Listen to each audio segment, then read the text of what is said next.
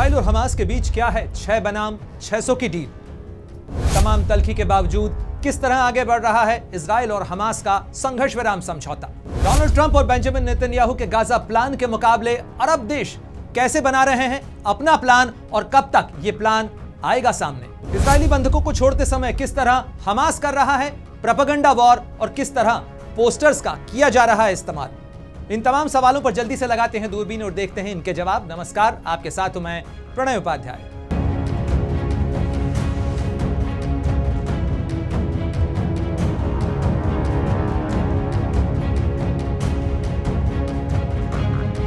Israel और Hamas के बीच तमाम तल्खी के बावजूद संघर्ष विराम समझौता आगे बढ़ रहा है और इस संघर्ष विराम समझौते में आज यानी शनिवार को एक बड़ा मुकाम हासिल हुआ और यह मुकाम था दोनों के बीच में बंधकों और इजराइल के कब्जे में मौजूद फलस्तीनियों की अदला बदली का।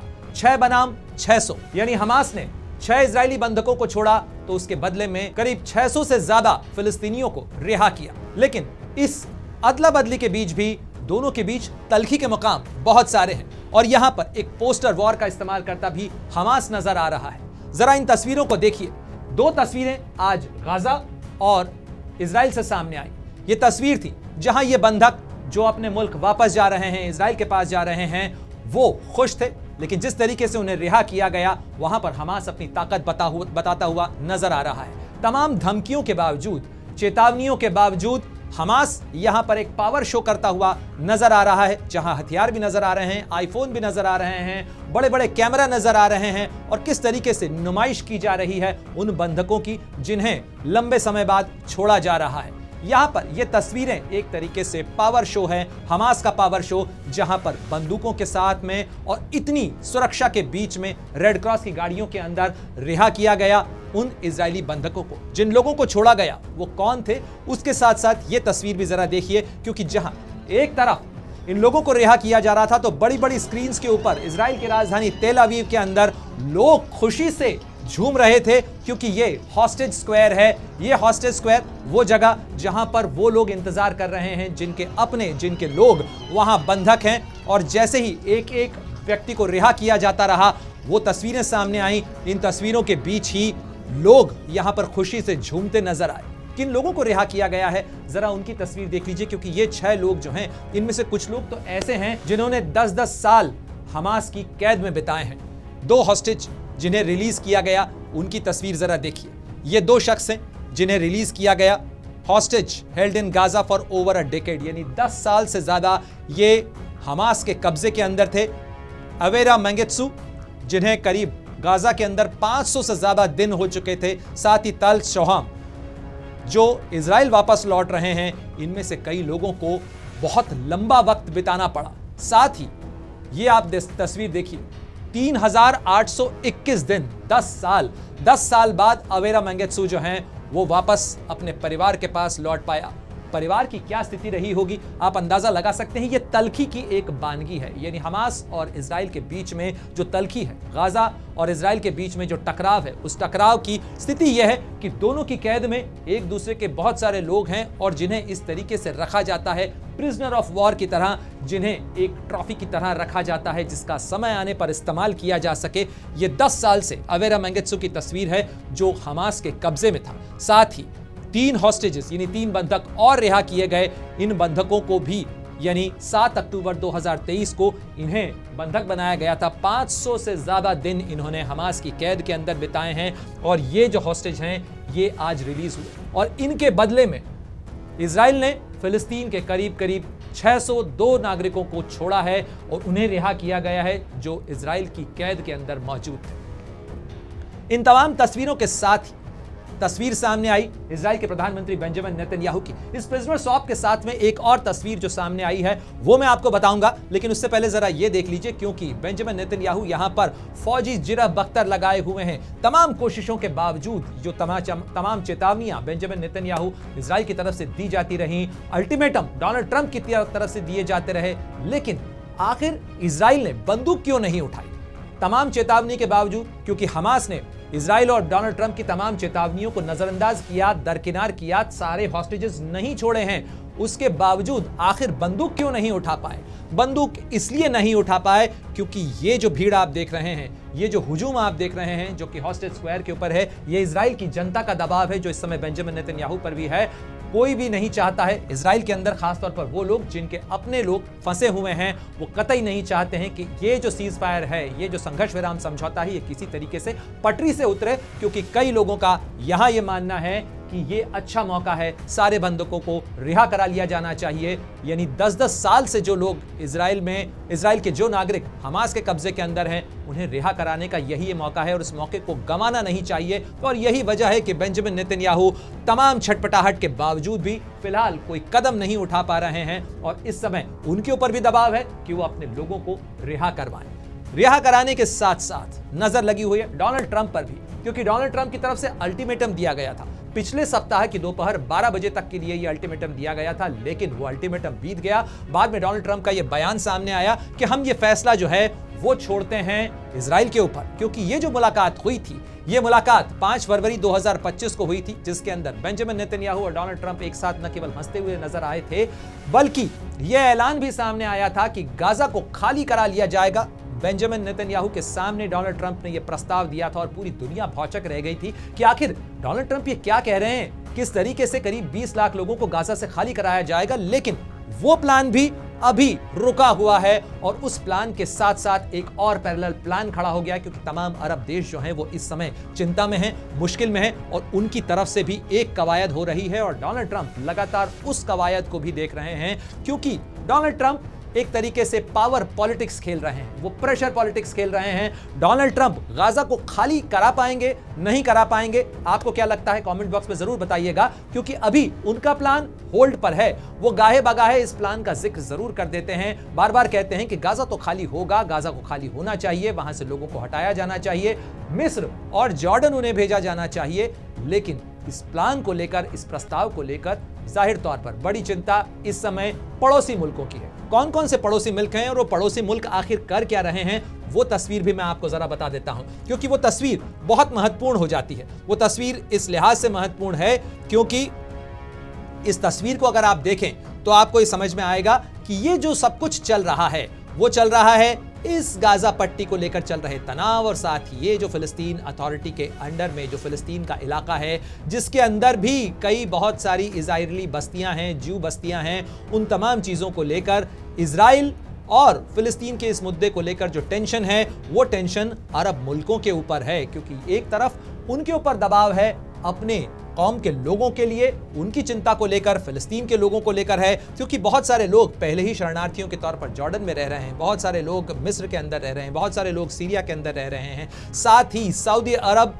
और यूएई तक बहुत सारे लोग रह रहे हैं। और ऐसे में इन तमाम पड़ोसी मुल्कों के ऊपर इस चीज़ का दबाव है, चाहे वो लेबनान हो, लेबनान के अंदर भी बहुत सारे लोग हैं, फिलिस्तीन के सीरिया के अंदर बहुत सारे लोग हैं, जॉर्डन में बहुत सारे लोग हैं, और साथ ही ये जो सऊदी अरब है, सऊदी अरब के में भी बहुत सारे लोग हैं और सऊदी अरब के ऊपर भी इस चीज़ का दबाव है। और इसी दबाव के मद्देनजर ये तमाम देश रियाद के अंदर जुटे, वही रियाद जहां पर कुछ दिनों पहले अमेरिका के विदेश मंत्री मार्को रूबियो गए थे, जहां उन्होंने किंग सलमान से मुलाकात की थी और रूस और अमेरिका के बीच में एक बड़ी बैठक हुई थी। लेकिन उसके साथ साथ उनकी बैठक का एक बड़ा सबब जो था वो अरब देशों के साथ बातचीत करना था, क्योंकि अरब देशों की तरफ से एक जो पैरेलल प्रस्ताव है वो रखा गया है कि हम यहां पर बदलाव करना चाहते हैं, हम यहां पर मीटिंग करना चाहते हैं और एक अल्टरनेटिव प्लान। कौन सा प्लान? यानी डोनाल्ड ट्रंप जो प्रस्ताव दे रहे हैं, डोनाल्ड ट्रंप की तरफ से जो गाजा का प्लान दिया गया, क्या प्लान है वो प्लान है,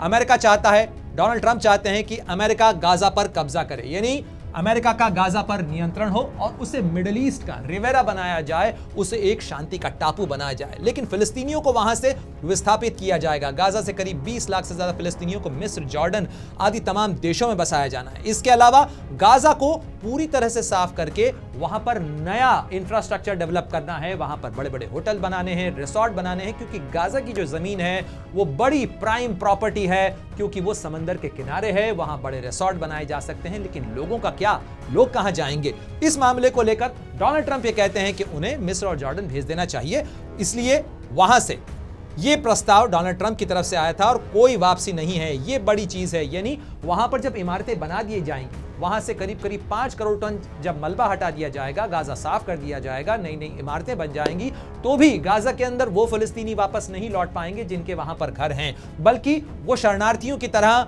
मिस्र और जॉर्डन के अंदर रहेंगे और अमेरिका के कब्जे के अंदर गाजा का इलाका होगा। अंतर्राष्ट्रीय स्तर पर इस मामले को लेकर कई विरोध भी हैं, क्योंकि जॉर्डन और मिस्र इसे खारिज कर चुके हैं, लेकिन डोनाल्ड ट्रंप फिलहाल मानते हुए तो कम से कम नजर नहीं आ रहे हैं। और इसी के लिए यह बड़ी बैठक हुई 2 दिन पहले 20 और 21 फरवरी की ये बैठक जो थी ये रियाद के अंदर हुई, जिसके अंदर अरब देशों के जो तमाम नेता हैं वो आपको यहां पर नजर आ रहे हैं। MBS यानी मोहम्मद बिन सलमान यहां नजर आ रहे हैं, किंग सलमान यहां नजर आ रहे हैं, किंग अब्दुल्ला जो कि जॉर्डन के हैं वो नजर आ रहे हैं, जॉर्डन के इसके साथ साथ मिस्र के राष्ट्रपति फतह अल सीसी यहां पर नजर आ रहे हैं। इसके अलावा मोहम्मद बिन जायद अल नाहयान जो कि UAE के नेता हैं वो यहां पर नजर आ रहे हैं, और तमाम नेता तमाम बिन हमाद अल थानी जो कि कतर के अमीर हैं वो यहां पर नजर आ रहे हैं। और ये तमाम नेता जुटे थे। इन लोगों की ये जो बैठक हुई थी ये डिस्कस करने के लिए हुई थी कि अल्टरनेटिव प्लान बनाया जाए, यानी ट्रंप के प्लान के मुकाबले एक दूसरा प्लान बनाया जाए और इस प्लान पर जल्दी से जल्दी काम किया जाए। उम्मीद की जा रही है कि कायरो के अंदर यानी काहिरा के अंदर, मिस्र की राजधानी के अंदर 4 मार्च को यह प्लान घोषित कर दिया जाएगा, सामने आ जाएगा। और उससे पहले इस प्लान के कुछ पॉइंटर्स भी सामने आ चुके हैं। क्या है मिस्र का प्लान, क्योंकि यह प्लान मिस्र की तरफ से सामने रखा गया। जल्दी से मैं आपको बताता हूं कि मिस्र का प्लान क्या है, क्योंकि ट्रंप के मुकाबले एक अल्टरनेटिव प्लान, एक वैकल्पिक प्लान मिस्र की तरफ से और इन अरब देशों की तरफ से दिया जा रहा है, जिसके अंदर कहा जा रहा है एक सुरक्षित क्षेत्र होगा। गाजा में अस्थायी सुरक्षित क्षेत्र बनाया जाना है, जहां पर मोबाइल घर होंगे, यानी जब तक गाजा के अंदर जो बर्बादी हुई है, जो तबाही हुई है, जब तक वो मलबा साफ नहीं होता है तब तक मोबाइल होम्स जो हैं वो बनाए जाएंगे, स्थापित किए जाएंगे। और ये जो खेप है ये रफा बॉर्डर से यानी मिस्र से गाजा के अंदर पहुंचना भी शुरू हो चुकी है। लेकिन उस प्लान के ऊपर एक व्यापक काम होना है, बड़ा काम होना है। करीब करीब 20 अरब डॉलर का ये पूरा प्लान होगा, जिसके अंदर पुनर्निर्माण किया जाएगा, मलबा हटाया जाएगा, सड़कें बनाई जाएंगी, अस्पताल बनाए जाएंगे, स्कूल होगा, तमाम बुनियादी ढांचा जो है वो गाजा के अंदर फिर से खड़ा किया जाएगा। साथ ही हमास और मौजूदा फिलिस्तीनियन अथॉरिटी को हटाकर वहां पर एक वैकल्पिक फिलिस्तीनी अथॉरिटी बनाई जाएगी, यानी न तो वहां पर महमूद अब्बास की अगुवाई वाली फिलिस्तीनियन अथॉरिटी का काम और राज चलेगा और न ही वहां पर हमास कायम रहेगा।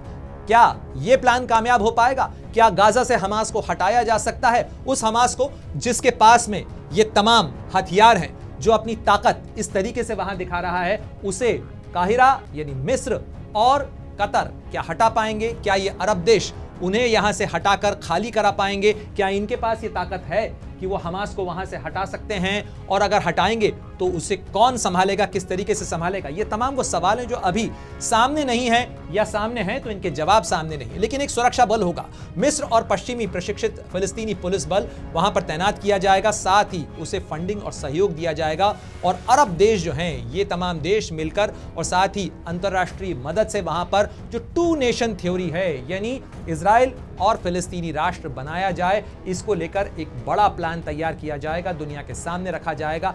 क्या डोनाल्ड ट्रंप की यही चाल थी? क्या डोनाल्ड ट्रंप यही चाहते थे कि वो अरब देश जो अब तक केवल चुप बैठे रहे, केवल विरोध जताते रहे, लेकिन जमीन पर कुछ करते नजर नहीं आए, वो एक्शन में आए? या अमेरिका इसके अंदर वाकई में उसी जिद को पूरा करेगा जिसकी बात बार बार डोनाल्ड ट्रंप कह रहे हैं, गाजा के ऊपर अमेरिका का कब्जा होकर रहेगा? आपको क्या लगता है जरूर बताइएगा। लेकिन ये फिलहाल है इजिप्ट का प्लान, जो कि रियाद की बैठक के अंदर भी डिस्कस हुआ है, और साथ ही 4 मार्च को माना जा रहा है कि ये प्लान जो है या इसके आधार पर बना हुआ जो बड़ा विस्तृत प्लान है वो सामने आएगा, क्योंकि उसी प्लान के आधार पर तय होगा कि गाजा के अंदर फिलिस्तीन के लोगों का आखिर क्या होगा। क्या वो अपने घर में रह पाएंगे या वो अपने घर में रहने के बावजूद भी बेघर हो जाएंगे? अगर एक अनुमान लगाया जाए तो 40 अरब डॉलर से ज्यादा की मदद गाजा के अंदर जा चुकी है, लेकिन उसके बावजूद बार बार होने वाली लड़ाई, साथ ही हमास का भ्रष्टाचार, साथ ही फिलिस्तीन के अंदर फिलिस्तीन अथॉरिटी के ऊपर लगने वाले तमाम भ्रष्टाचार के आरोपों के बीच वो मदद इधर उधर चली गई, फिलिस्तीन के लोगों के इस्तेमाल में नहीं आई। और यही कारण है कि अंतर्राष्ट्रीय मदद देने वाले भी कई बार ये सवाल खड़े करते हैं कि आखिर मदद दे तो दें, लेकिन वो मदद क्या वाकई में फिलिस्तीन के लोगों तक पहुंच पाती है? क्या उस मदद के सहारे गाजा को बचाया जा सकता है? क्या उस मदद के सहारे द्विराष्ट्र सिद्धांत यानी एक अलग देश बनाने की जो कवायद है फिलिस्तीन की, उसे आगे बढ़ाया जा सकता है? या वो मदद भी बह जाती है भूमध्य सागर में मेडिटेरेनियन सी के अंदर पहुंच जाती है और तबाह हो जाती है। ये बहुत सारे सवाल हैं, लेकिन इन तमाम सवालों के बीच में जो कवायद है वो आगे बढ़ रही है, क्योंकि इन तस्वीर को देखना भी महत्वपूर्ण है।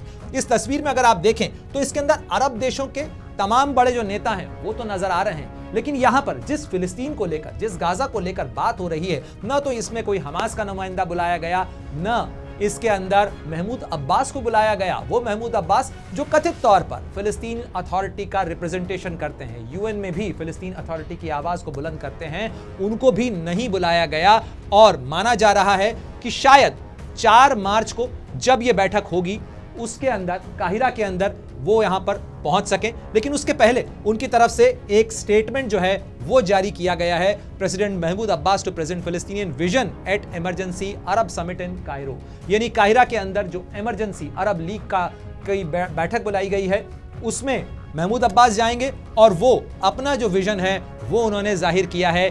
क्या क्या वो कहते हैं वो भी जरा जल्दी से देख लीजिए। Empowering the state of Palestine, Palestinian government aims to assume full responsibility of Gaza. यहां पर फिलिस्तीन अथॉरिटी जो है वो पूरी जिम्मेदारी लेना चाहती है गाजा की। किस गाजा की? जहां पर 2007 के बाद से वो कुछ नहीं कर पाई है, क्योंकि वहां पर हमास का कब्जा है, हमास के लड़ाके वहां पर मौजूद हैं, हथियार बंद हैं और इन दोनों के बीच में इजराइल है। यानी अगर आप भूगोल देखें तो आप भूगोल को देखकर इस बात का अंदाजा लगा सकते हैं कि जो बात महमूद अब्बास कह रहे हैं वो करना उनके लिए शायद बहुत मुश्किल है, क्योंकि ये रही गाजा पट्टी और साथ ही ये है वो फिलिस्तीन अथॉरिटी जहां पर महमूद अब्बास का कथित तौर पर नियंत्रण चलता है। कथित तौर पर मैं इसलिए कह रहा हूं कि यहां पर भी जब इजराइल चाहता है तो इजराइल की बस्तियां जो हैं वो यहां पर बस जाती हैं। साथ ही जो यहाँ पर रेड है, जनिन का कैंप हो, चाहे कई इलाके हों वेस्ट बैंक के, ये पश्चिम बैंक, ये वेस्ट बैंक का इलाका है, यहाँ पर भी इजरायली जो सेना है, इजरायली आईडीएफ जो है उसकी रेड्स होती रहती हैं, शिन बेत की रेड होती रहती हैं। लेकिन अब यहाँ से जेरूसलम से ये कह रहे हैं महमूद अब्बास कि वो गाजा की फुल रिस्पॉन्सिबिलिटी लेना चाहते हैं, उस गाजा में वो जाना चाहते हैं जहां पर हमास मौजूद है। क्या हमास फिलिस्तीन अथॉरिटी के महमूद अब्बास को, उनकी पार्टी को यहां पर आने देगा? मुश्किल लगता है। तो आखिर होगा क्या, कौन संभालेगा, कैसे संभालेगा, ये वो तमाम सवाल हैं जो अभी भी खड़े हुए हैं यहां पर। और इसीलिए महमूद अब्बास की तरफ से जो बयान सामने आया है उस बयान के मायने केवल कोरे कागज से ज्यादा फिलहाल नजर नहीं आ रहे हैं, लेकिन फिर भी उनकी तरफ से यह बयान जारी किया गया है जिसके अंदर कहा गया है कि Palestine government has developed a recovery and reconstruction plan in consultation with Egypt and international organisation such as World Bank, United Nations and European Union. यानी फिलिस्तीन अथॉरिटी कह रहा है कि उसने भी एक प्लान बनाया है, जो उसने बनाया है मिस्र के साथ मिलकर, साथ ही विश्व बैंक, यूनाइटेड नेशंस और यूरोपियन यूनियन जैसी संस्थाओं के साथ मिलकर। यह बात अलग है कि डोनाल्ड ट्रंप लगातार इसको लेकर भी सवाल उठाते रहे हैं। डोनाल्ड ट्रंप के बयानों को यदि आप देखें तो डोनाल्ड ट्रंप तो यह कह रहे हैं कि जो कुछ हो रहा है गाजा के अंदर वो पैसे की बर्बादी है। इसलिए पैसे की बर्बादी है क्योंकि यूएन जैसी संस्था, UNRWA, जो कि वहां पर रेफ्यूजीज के वेलफेयर के लिए काम करती है, उस पर भी गंभीर सवाल डोनाल्ड ट्रंप की तरफ से उठाए गए हैं। और इन्हीं सवालों के बीच में ये जो प्लान है जिसके अंदर कई जो पॉइंटर्स हैं, एम्पावरिंग द स्टेट ऑफ फिलिस्तीन, उसको मजबूत करना है, रिकवरी और रिकंस्ट्रक्शन करना है, यानी गाजा को नए सिरे से बनाना है, साथ ही यहां पर सुधार करना है, विकास करना है, साथ ही call for a long term ceasefire, एक स्थायी संघर्ष विराम जो है वो लागू करना है, साथ ही वहां पर ऑनगोइंग पॉलिटिकल एफर्ट और लीगल एफर्ट करना है, वहां पर जो कानूनी सुधार है वो करना है, साथ ही एक नेशनल यूनिटी करना है। यानी जो फिलिस्तीन है, गाजा पट्टी अलग, वेस्ट बैंक अलग, ये नहीं होना चाहिए, बल्कि एक फिलिस्तीनी यूनिटी होनी चाहिए। लेकिन वो होगी कैसे? जैसा मैंने आपसे कहा कि इनका तो राज ही बहुत छोटे से इलाके के अंदर चलता है और इसीलिए ये सारे सवाल खड़े हो रहे हैं कि आखिर जो बातें कर रहे हैं वो कैसे हो पाएंगी, क्योंकि जो नुकसान है वो तो बहुत बड़ा है। यूएन के अनुसार यदि अगर नुकसान की बात की जाए गाजा के अंदर, आखिर नुकसान कितना हुआ है, तो यहां जरा एक नजर डाली। यूएन ने गाजा में नुकसान का एक आकलन किया है। गाजा में ढांचागत नुकसान की लागत करीब 18.5 अरब डॉलर अब तक आंकी जा चुकी है। यह नुकसान इससे ज्यादा हो सकता है। 66% इमारतें, यानी करीब 1,63,778 जो इमारतें हैं वो क्षतिग्रस्त हुई हैं। इसके अलावा करीब 2,92,000 घर प्रभावित हुए और 95% जो अस्पताल हैं वो भी वहां पर बर्बाद हुए हैं, निष्क्रिय हुए हैं। साथ ही शिक्षा और स्वास्थ्य व्यवस्था ठप हो चुकी है और वहां पर यहां पर यह आकलन जो है वो 26 मिलियन टन से कहीं ज्यादा का है, क्योंकि ये लगातार बढ़ता चला जा रहा है और पुनर्निर्माण के लिए करीब करीब 53.2 अरब डॉलर की जरूरत है। ये आंकड़ा जरा देख लीजिए, 53 अरब डॉलर से ज्यादा की जरूरत है और 3 साल में 20 अरब डॉलर की जरूरत होगी। यानी 3 साल तो अभी लगेंगे, मलबे की सफाई में भी लगेंगे, नए निर्माण में भी लगेंगे और 3 साल में ही 20 अरब डॉलर तो अभी ही लग जाएंगे। ये 20 अरब डॉलर कौन भरेगा, कहां से लाएगा, इसको लेकर अलग अलग प्लान्स हैं, लेकिन ये जो आकलन है ये बताता है कि गाजा को बनाना, खड़ा करना इतना आसान नहीं है। कौन इतना पैसा लगाएगा इसके अंदर? और ये जो अरब देश हैं, अगर ये पैसा लगा रहे हैं तो क्या ये अपनी मर्जी नहीं चलाएंगे? और इनकी मर्जी क्या है? यानी ये जो अरब देश हैं जो बात कर रहे हैं, जो इजिप्ट है, इजिप्ट का जो प्लान है कि वो करीब 20 अरब डॉलर जो है वो लगाएगा, क्योंकि रियाद के अंदर जो बैठक हुई थी उसके अंदर 20 और 21 फरवरी को इन तमाम मुद्दों के ऊपर चर्चा जरूर हुई है। और इसके बाद ये अरब देश जब पैसा लगाएंगे तो फिर वहां पर कैसे राज चलेगा? और इन्हीं तमाम चीजों के बीच में एक और इंपॉर्टेंट फैक्टर है और वो फैक्टर है ईरान फैक्टर। ईरान क्या कर रहा है? क्योंकि हमास के पीछे माना जाता है ईरान की ताकत है, हमास लगातार ईरान को अपना सरपरस्त कहता है, तो ईरान भी यहां पर सक्रिय नजर आ रहा है। ईरान के विदेश मंत्री हैं अब्बास अगराची, और अब्बास अगराची की ये जो मुलाकात है, ये मुलाकात हो रही है कतर के अमीर से। कतर के अमीर से ये जो मुलाकात है ये बड़ी और महत्वपूर्ण मुलाकात है और कतर के साथ साथ तमीम बिन हमाद अल थानी और MBA अल थानी यानी कतर के प्रधानमंत्री से भी, कतर के प्रधानमंत्री और कतर के विदेश मंत्री की बड़ी भूमिका थी इस सीज फायर डील में, क्योंकि कतर के अंदर ही हमास का भी ऑफिस है, हमास भी वहीं पे डील करता है, वहीं पे बात होती है और कतर एक बड़ी टेबल है जहां पर बहुत सारे अंतर्राष्ट्रीय मसलों की बातचीत और डील होती रही है। तालिबान की डील भी आपको याद होगी कतर में ही हुई थी और भारत के अधिकारियों की अफगानिस्तान के तालिबान के अधिकारियों से भी जो पहली मुलाकात थी वो दोहा में ही हुई थी। तो दोहा एक बड़ी टेबल है जहां पर इस तरीके के पेचीदा मसलों को लेकर बातचीत होती है और कतर के अमीर मोहम्मद बिन हमाद अल थानी जो हैं वो बीते दिनों भारत में भी आए थे। भारत में प्रधानमंत्री नरेंद्र मोदी से उनकी मुलाकात हुई थी, लेकिन ईरान के विदेश मंत्री से ये जो मुलाकात है इसके भी बड़े मायने हैं, क्योंकि इस मुलाकात के साथ साथ ये मुलाकात की तस्वीर भी जरा देखिए, क्योंकि ये जो मुलाकात की तस्वीर है यहां भी तमीम बिन हमाद अल थानी जो हैं वो मौजूद हैं और साथ ही इस तस्वीर के अंदर भी जो हैं वो कतर के अमीर मौजूद हैं। यानी ईरान के साथ भी कतर के अमीर बात कर रहे हैं, साथ ही अरब लीग के अंदर भी कतर के अमीर बात कर रहे हैं। तो किस तरीके से नेविगेशन होगा, किस तरीके से रास्ता निकलेगा और वो ईरान जो कि हमास का समर्थन करता है उसे कैसे ऑन बोर्ड लिया जाएगा, और अगर वो फिर भी हथियार सप्लाई करना बंद नहीं होता है, हमास के पास हथियार की खेप पहुंचती रहती है, तो हमास के खिलाफ जंग कौन शुरू करेगा? क्योंकि ये अरब देश जो कि कह रहे हैं कि वो हमास को हटाना चाहते हैं, गाजा के ऊपर वो अपनी एक इंडिपेंडेंट अथॉरिटी बनाना चाहते हैं ताकि गाजा के अंदर शांति लौट सके। हमास के रहते क्या शांति लौट पाएगी? आपको क्या लगता है? कमेंट बॉक्स में आप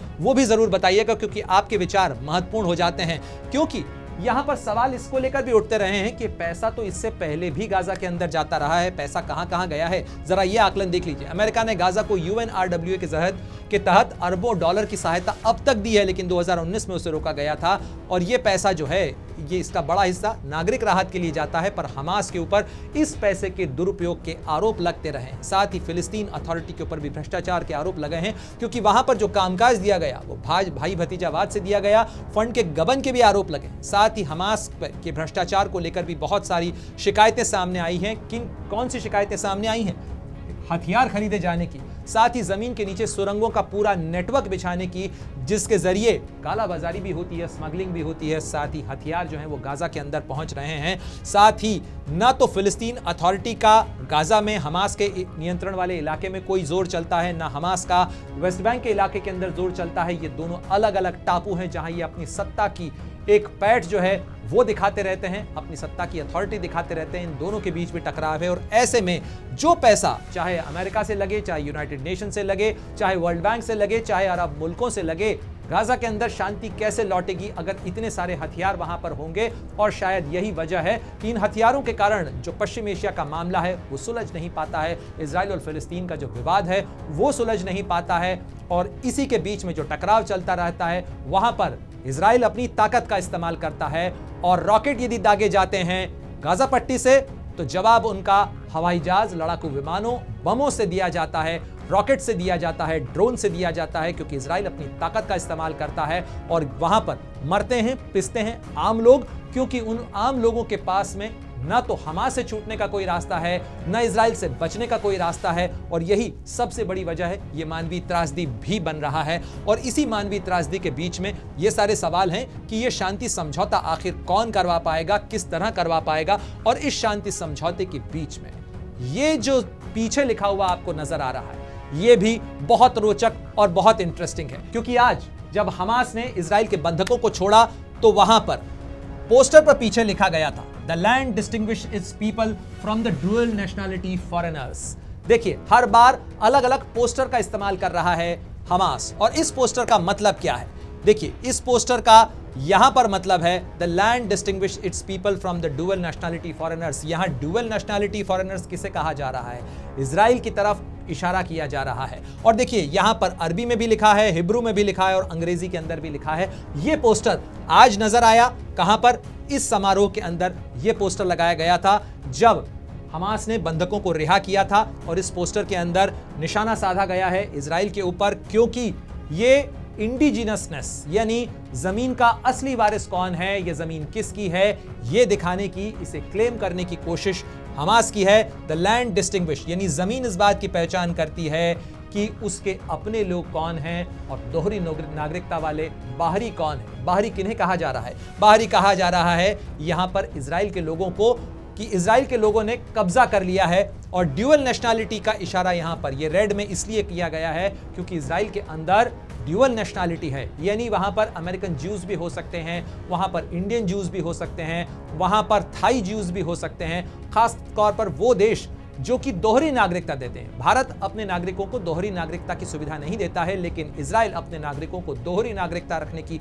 सुविधा देता है, और इसीलिए यहां पर तंज किया है हमास ने ड्यूअल नेशनैलिटी को लेकर।